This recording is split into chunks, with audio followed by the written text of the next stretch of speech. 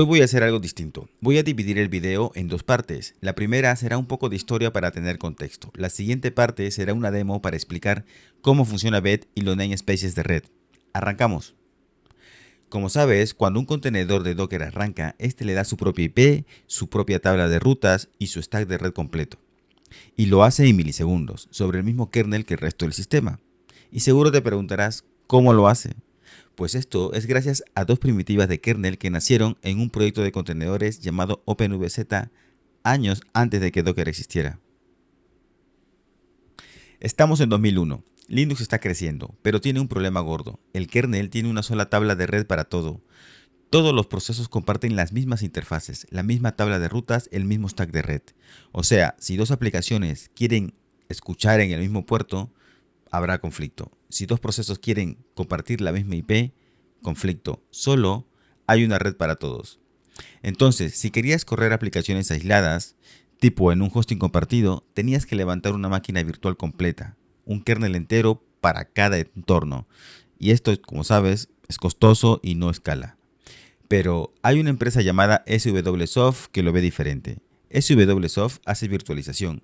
Fue fundada en 1997 y se preguntan algo clave. ¿Y si en lugar de levantar un kernel nuevo, aíslan los recursos dentro del kernel que ya tienes? En 2005, SWSoft libera como open source su tecnología de contenedores, OpenVZ. Docker y Kubernetes ni existen todavía, pero OpenVZ ya está corriendo contenedores en producción, en servidores de hosting de todo el mundo. El problema que para hacer eso necesitas que el kernel oficial soporte el aislamiento de red real. Uno de los que empuja esto es Eric Biderman. Es un desarrollador independiente del kernel que lleva años dándole vueltas a cómo aislar recursos dentro del kernel y en 2006 manda una propuesta grande al kernel, namespaces para aislar la red, los procesos, los usuarios y los nombres de host. La comunidad del kernel lo recibe con escepticismo. Se pasa 2 años mandando revisiones y ajustando el diseño, hasta que en enero de 2008 Linux 2.6.24 sale con los Network Namespaces incluido. A partir de ahí, un proceso puede tener su propio stack de red privado, separado del resto del sistema. Pero un namespace aislado no puede hablar con nadie. Necesitas algo que lo conecte con el exterior. Y en ese mismo release, Pavel Emelyanov, ingeniero de SWSoft en el equipo de OpenVZ, mete un driver nuevo al kernel, el driver Bed. Básicamente son dos interfaces virtuales conectadas entre sí, como los dos extremos de un cable Ethernet. Lo que entra por un lado sale por el otro. Esos dos componentes, los namespaces y el Bed, son la base de red de contenedores. Es lo que corre dentro de Docker y dentro de Kubernetes hoy. Pero fuera del mundillo del kernel, esto pasa desapercibido. OpenVZ usa estas primitivas en sus propios servidores, pero casi nadie fuera de ese entorno lo conoce. Ese mismo año, 2008, aparece LXC, Linux Containers. LXC coge los namespaces y el bed y los mete en una CLI para crear contenedores. Y por primera vez puedes levantar un contenedor sin tocar el código del kernel. Pero la CLI es compleja. Tienes que configurar muchas cosas a mano y la curva de aprendizaje es alta. Entonces esto todavía sigue siendo cosa de especialista, pero eso va a cambiar en el año 2013. Vale, sigamos. Solomon Hayes está en el escenario de la PyCon, la conferencia anual de Python que se da en Santa Clara, California. Sube una demo de 5 minutos de una herramienta interna que venían desarrollando en .cloud. La llaman Docker. En esa demo, Docker arranca un contenedor, asigna un namespace de red, crea un bed pair, conecta el contenedor al host y todo en milisegundos. Por debajo es lo mismo, namespaces y bed pairs, pero ahora cualquiera puede usarlo con solo un comando. En menos de un año, Docker tiene miles de estrellas en GitHub. Un año después, en 2014, en la primera DockerCon, Beda, Burns y McLukie presentan Kubernetes. Y de repente, todo el mundo necesita orquestar contenedores. Bien, ya sabemos de dónde viene esto. Ahora vamos a ver cómo es un Network Namespace por dentro. Un Network Namespace es básicamente una copia aislada del stack de red del kernel. Cuando creas uno, dentro tiene de todo. Tabla de rutas, interfaces, tabla ARP, regla de IP tables, hasta su propio loopback. Los procesos de dentro solo ven lo suyo. Del host no saben nada. Pero un namespace aislado no puede hablar con nadie. Para eso existe el bedpair. Un bedpair son dos interfaces de red que el kernel conecta entre sí. Lo que entra por una sale por la otra. El kernel las vincula al crearlas y el paquete pasa directamente de una a la otra. Por eso la latencia es de décimas de milisegundos. Ahora viene la parte que lo conecta con los namespaces. Una interfaz de red solo puede pertenecer a un namespace y puedes mover un extremo del bed a otro namespace. Los dos extremos siguen vinculados aunque estén en namespaces distintos.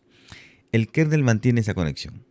El resultado, el namespace tiene su stack completamente aislado, con una sola apertura al exterior. El bed, vamos, es un tubo, solo pasa lo que tú configuras.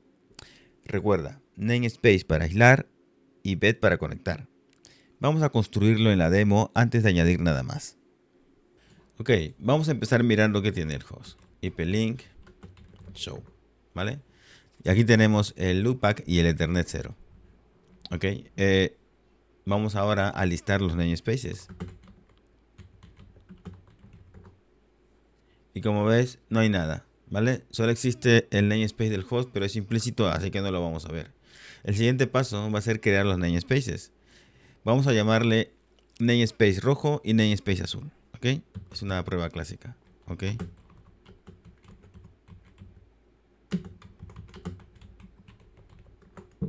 Y el siguiente, el azul.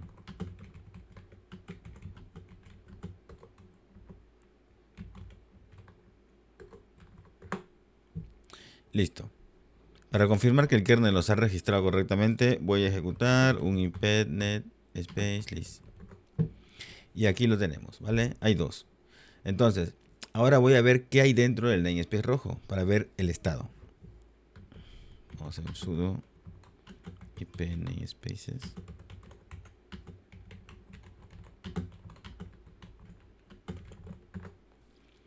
Ok, solo hay loopback y está en estado down. El namespace existe, pero tiene su propio stack de red, pero no tiene ninguna interfaz real, ¿vale? Entonces no puede comunicarse con nadie. Entonces lo siguiente es crear ya el bedpair. Entonces esto, que vendría a ser el cable, ¿no? Los dos extremos se crean con una sola llamada. En el comando vamos a ver el bed rojo y el bed azul. Así que procedemos con ip lin add bed rojo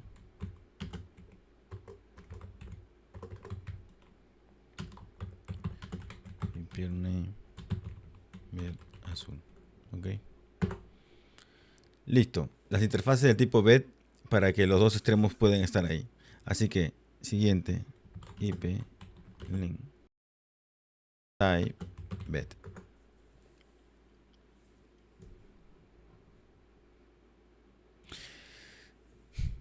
Vale, entonces los dos extremos ya están creados. Ahora vamos a mover cada extremo del namespace a donde corresponda. Entonces, cuando yo termine de ejecutar esto, verás que ya no queda nada en el namespace raíz del host. ¿Ok? Vamos a ejecutar un ip link set bed rojo net namespace rojo.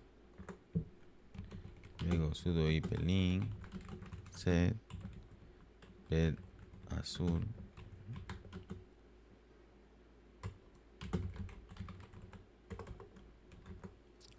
Listo.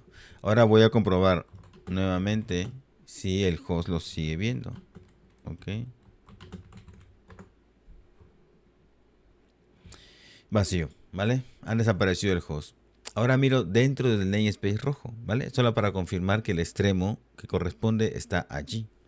Entonces, ahora ejecuto sudo ip namespace exit namespace rojo ip link show. A ver.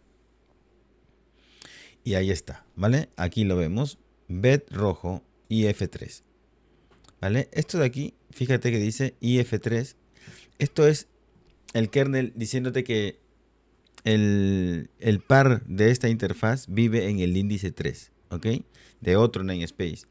El vínculo entre los dos extremos sigue intacto, aunque estén en stack de red distintos. y vamos a levantar las interfaces.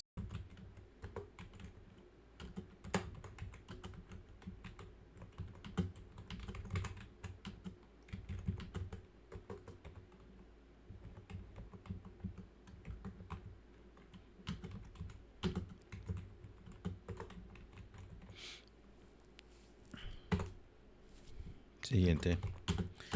Vamos a alimentar la interfaz.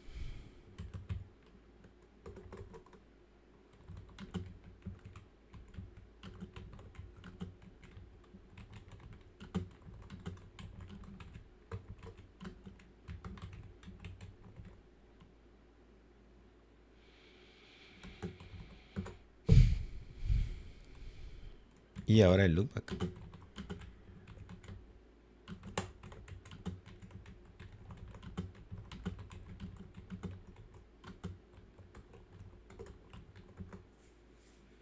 Y lo mismo repetimos para el namespace azul.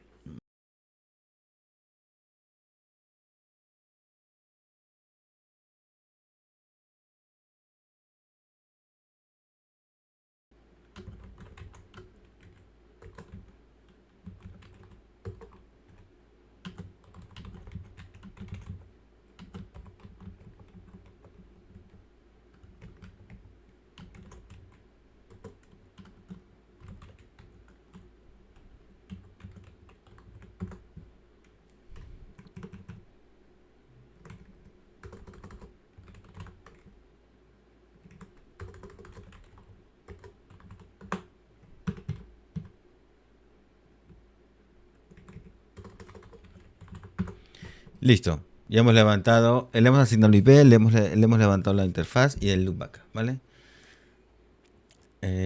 Y ahora vamos a verificar.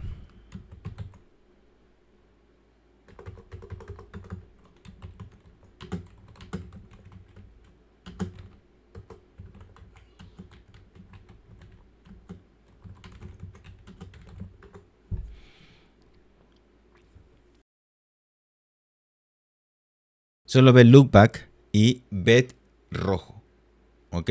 Y el bet rojo ves que tiene su IP, ¿ok? El ET0 del host ya no aparece aquí.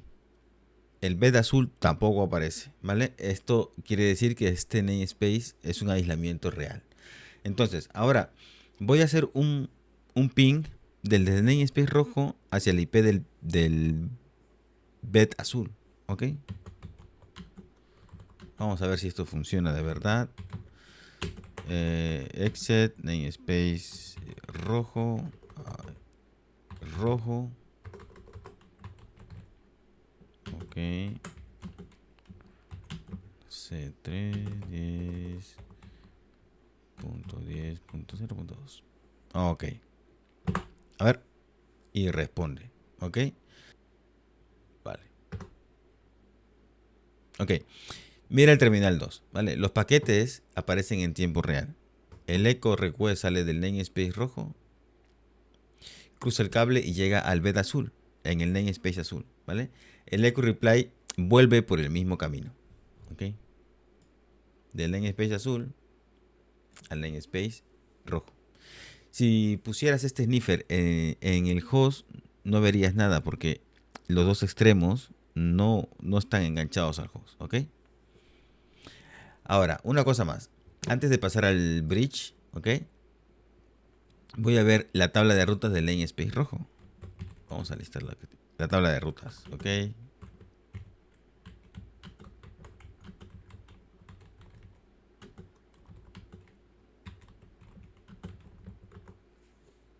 Hay una sola entrada, la subrep 10.10.0.0 máscara 24 por el bed rojo, ¿ok? El namespace solo sabe llegar a su subred local.